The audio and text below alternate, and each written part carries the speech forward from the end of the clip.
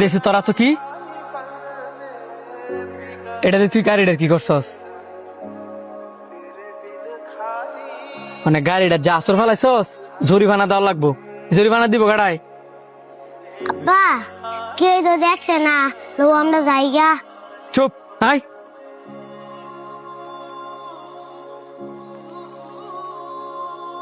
বড় ভাই, বাইরে যে নীল কালারের প্রাইভেট কার ওইটা কি আপনার? জি আমার। কেন, কিছু হয়েছে? ওইসে বলতে গেলে কি ভাই, আমার ফ্লায়ার আমি রাস্তা দায়িত্ব দিতেছিলাম, পরে ইডের কণা দিয়া আপনার গাড়ির মধ্যে হ্যাঁ আসর দিছে। কি কোন গাড়ির মধ্যে আসর দিয়ে দিছে? মানে আইনছে দেই তোরা না যে করি এত লঙ্কামি করতি, এন বেড়া যেই মিলে চিত্তে গেছে তোরা আমার আজকে বাইন্দা রেখে দিব।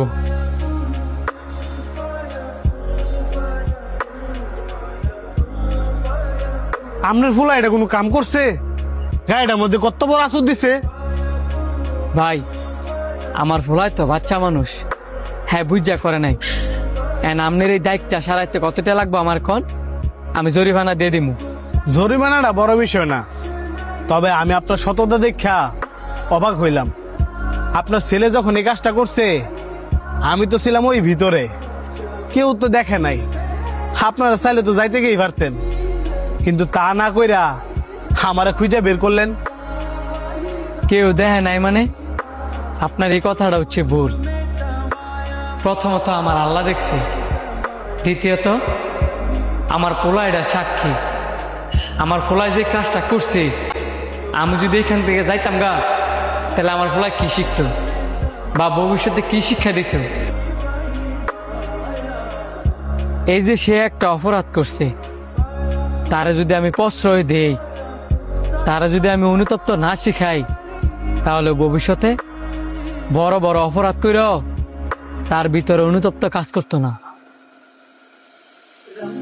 দেখেন, আমি আমার পোলারে এখন যে শিক্ষা দিয়ে বড় করব, ভবিষ্যতে সে বড় হইয়া আমার ওই শিক্ষা অবলম্বন করে চলব।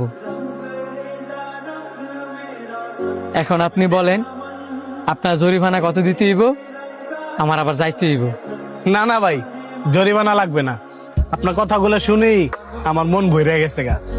প্রত্যেকটা বাবা মারই আপনার মতন চিন্তা ভাবনা থাকা উচিত। ধন্যবাদ ভাই। আঙ্কেলে সরি বলো। Uncle sorry. আসো।